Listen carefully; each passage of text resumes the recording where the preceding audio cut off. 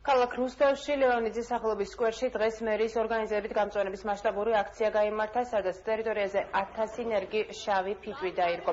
ამ ღონისძიებით თვითმმართველი ქალაქი რუსთავის მერია კათოლიკოს პატრიარქის ინიციატივას გამოეხმაურა, რომლის თანახმადაც სპეციალური ფონდი გაამწვანეს საქართველოს შეიქმნა.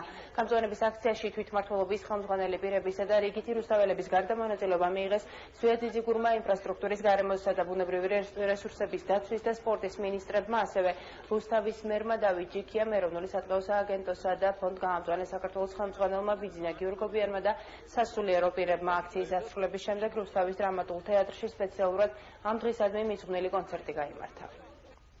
რუსთავის მუნიციპალიტეტს დავეხმარეთ და მივეცით რეგიონების ფონდიდან დაფინანსება პარკის მოწესრიგებასთან დაკავშირებით. ამას ინფრასტრუქტურულ სამუშაოებს თან მოყვა გამწვანების აქცია და ძალიან მნიშვნელოვანია იმისათვის, რომ ჩვენმა შვილებმა უკეთეს ქალაქში იცხოვრონ და როცა გავადრო და ეს ხეები გაიხარებინ და გამოვიყვანთ, მათ სასეირნო დაუხსნათ უნდა თუ რა გაგვიკეთებია და ვასწავლოთ როგორ გააკეთონ იმისათვის, რომ თვითონაც გააგრძელონ ეს საქმიანობა და თავიანთ შვილებს ეს ყველაფერი გადასცენ.